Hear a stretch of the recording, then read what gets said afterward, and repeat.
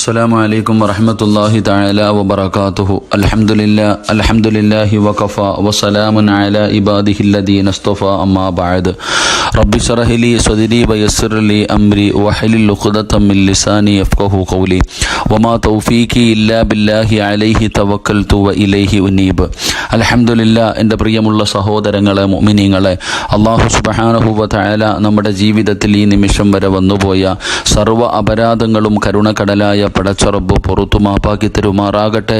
ഇനിയുള്ള കാലം അല്ലാഹുവിൻ്റെ തൃപ്തിയിലും പൊരുത്തത്തിലുമായി ജീവിച്ച് ഈ ലോകത്ത് നിന്ന് യാത്ര പറയുമ്പോൾ ഈമാനോടുകൂടി ഷഹാദത്ത് കലിമ ഉറക്കെ പറഞ്ഞ് വെള്ളിയാഴ്ച രാവിലോ പകലിലോ ഒരു ഷഹീദിനെ പോലെ കടങ്ങളെല്ലാം തീർത്ത് തൗബ ചെയ്തു മരിക്കാൻ അല്ലാഹു ഭാഗ്യം നൽകി അനുഗ്രഹിക്കുമാറാകട്ടെ.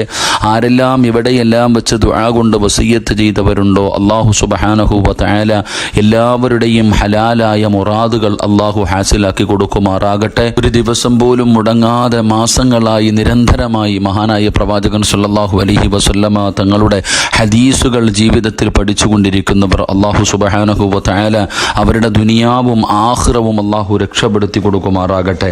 എൻ്റെ പ്രിയമുള്ള സഹോദരങ്ങളെ, മുഅ്മിനീങ്ങളെ, നാം ഇന്ന് പഠിക്കുന്ന ഹദീസ് അൻ അബീ ഹുറൈറ റളിയല്ലാഹു തആല അൻഹു അനിൻ നബി സല്ലല്ലാഹു അലൈഹി വസല്ലം ഖാല സബഅത്തുൻ യുളില്ലുഹുമുല്ലാഹു ഫീ ളില്ലിഹി യൗമ ലാ ളില്ല ഇല്ലാ ളില്ലുഹു ഇമാമുൻ അദ്ലുൻ വശാബുൻ നശഅ ഫീ ഇബാദത്തില്ലാ വറജുലുൻ ഖൽബുഹു മുഅല്ലഖുൻ ഫിൽ മസാജിദ് വറജുലാനി തഹാബ്ബാ ഫില്ലാഹി ഇജ്തമഅ അലൈഹി വതഫറക അലൈഹി വറജുലുൻ ദഅവതുഹു ഇംറഅത്തുൻ ذات منصب وجمال قال إني أخاف الله ورجل تصدق بصدقة فأخفاها حتى لا تعلم شماله ما تنفق بيمينه ورجل ذكر الله خاليا ففاضت عيناه.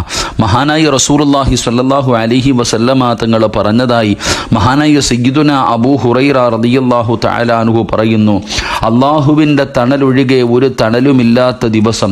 എൻ്റെ പ്രിയപ്പെട്ട സഹോദരങ്ങളെ, അല്ലാഹുവിൻ്റെ ഭയാനകമായ പരലോകം, ഭയാനകമായ ദിവസത്തിൽ അല്ലാഹുവിൻ്റെ അർശിൻ്റെ താഴ്ഭാഗത്തു മാത്രമാണ് ഒരല്പം തണലുള്ളത്. കാരണം തലയുടെ മുകളിൽ സൂര്യൻ ഉദിച്ചു നിൽക്കുന്ന ആ ഭയാനകമായ ദിവസം.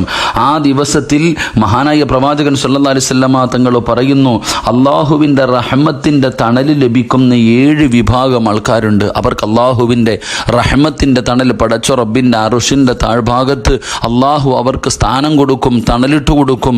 അവർ അല്ലാഹുവിൻ്റെ അർശിൻ്റെ താഴ്ഭാഗത്ത് അവരെ ഒരുമിച്ച് കൂട്ടപ്പെടും.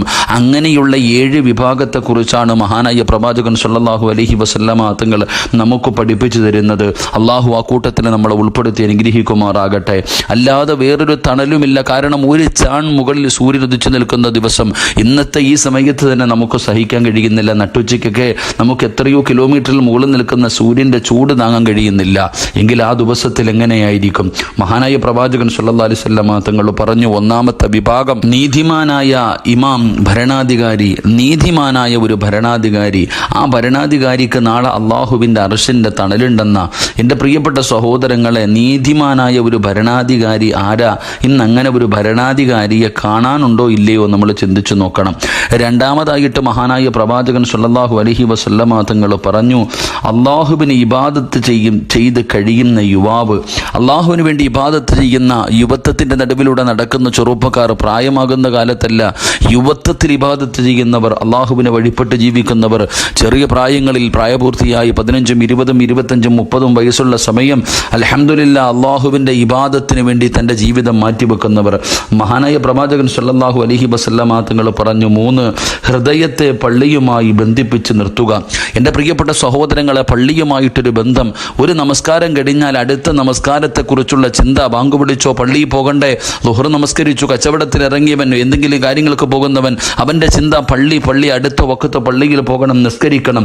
അങ്ങനെ ഹൃദയത്തെ മസ്ജിദുമായി ബന്ധിപ്പിക്കുന്ന ഒരു മനുഷ്യൻ, ആ മനുഷ്യന് നാളെ അല്ലാഹുവിൻ്റെ അർശിൻ്റെ തണലുണ്ടെന്ന് മഹാനായ പ്രവാചകൻ സല്ലല്ലാഹു അലൈഹി വസല്ലം. 4ാമതായിട്ട് പ്രവാചകൻ അവിടെ നിന്ന് പറഞ്ഞു, അല്ലാഹുവിൻ്റെ പേരിൽ മാത്രം സ്നേഹിക്കുകയും അതിൻ്റെ പേരിൽ ഒരുമിക്കുകയും വേർപിരിയുകയും ചെയ്യുന്ന രണ്ട് സ്നേഹിതന്മാർ.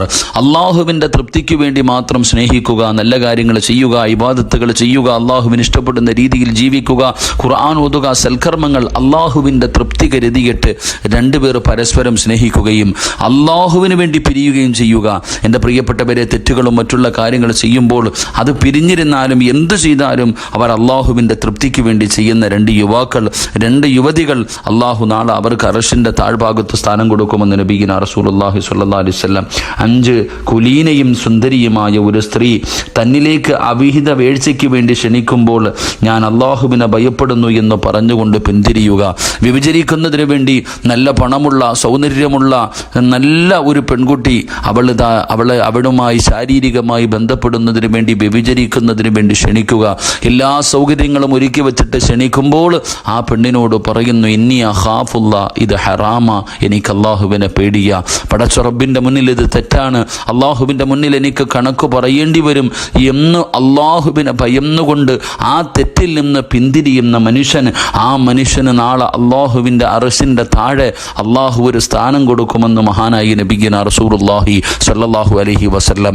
എൻ്റെ പ്രിയപ്പെട്ട സഹോദരങ്ങളെ, ഒരുപാട് ചരിത്രങ്ങൾ നമ്മൾ അതിൽ പഠിച്ചിട്ടുണ്ട്. 6ാമത്തെ വിഭാഗം പ്രവാചകൻ പറയുന്നു, വലത് കൈകൊണ്ട് സദക്ക കൊടുക്കുന്നത് ഇടത് കൈ പോലും അറിയാതെ രഹസ്യമായി ധർമ്മം ചെയ്യുക. പത്രത്തിൽ കൊടുക്കുകയോ നാട്ടുകാരെ അറിയിക്കുകയോ ഫ്ലെക്സിൽ വെക്കുകയോ ഒന്നുമില്ല. ആ മനുഷ്യന് വലത് കൈ കൊണ്ട് സദക്ക കൊടുത്തത് ആ മനുഷ്യനും വാങ്ങിയവനും അള്ളാഹുവിനും മാത്രം. ചിലപ്പോൾ വാങ്ങിയവന് പോലും അറിയുന്നില്ല ആരാ കൊടുത്തത് എന്ന്.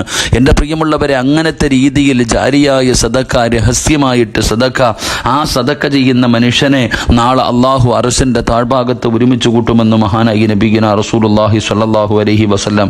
എന്നിട്ട് പ്രവാചകൻ 7ാമതായി എണ്ണി പറഞ്ഞു, തനിച്ചിരുന്നു കൊണ്ട് അള്ളാഹുവിനെ ദിക്ർ ചെയ്ത് കണ്ണുനീർ പൊഴിക്കുന്നവർ, കരയുന്നവർ, അള്ളാഹുവിൻ്റെ സ്മരണയിൽ കഴിയുന്നവർ, ദിക്റുകളും സ്വലാത്തുകളും പറഞ്ഞുകൊണ്ട് അള്ളാഹുവിനെ ഓർത്തുകൊണ്ട് ചിന്തിച്ചുകൊണ്ട് നരകമുണ്ടല്ലോ, ഖബറുണ്ടല്ലോ, പരലോകമുണ്ടല്ലോ, മഹ്ശറയുണ്ടല്ലോ, സിറാത്തുണ്ടല്ലോ, മീസാൻ ഉണ്ടല്ലോ, നരകമുണ്ടല്ലോ, ഇങ്ങനെ അള്ളാഹുവെ ഇതൊക്കെ ഓർത്തുകൊണ്ട് കരയുന്ന മനുഷ്യൻ, അള്ളാഹുവിൻ്റെ അധികമായി ദിക്റ് പറയുന്ന മനുഷ്യൻ, ഇങ്ങനെയുള്ളവർക്ക് നാളെ പടച്ച റബ്ബിൻ്റെ ആ റഹ്മത്തിൻ്റെ തണൽ, അർശിൻ്റെ തണൽ അള്ളാഹു അവിടെ ഒരുമിച്ച് കൂട്ടുമെന്ന് നബിയിന റസൂലുള്ളാഹി സ്വല്ലല്ലാഹു അലൈഹി വസല്ലം.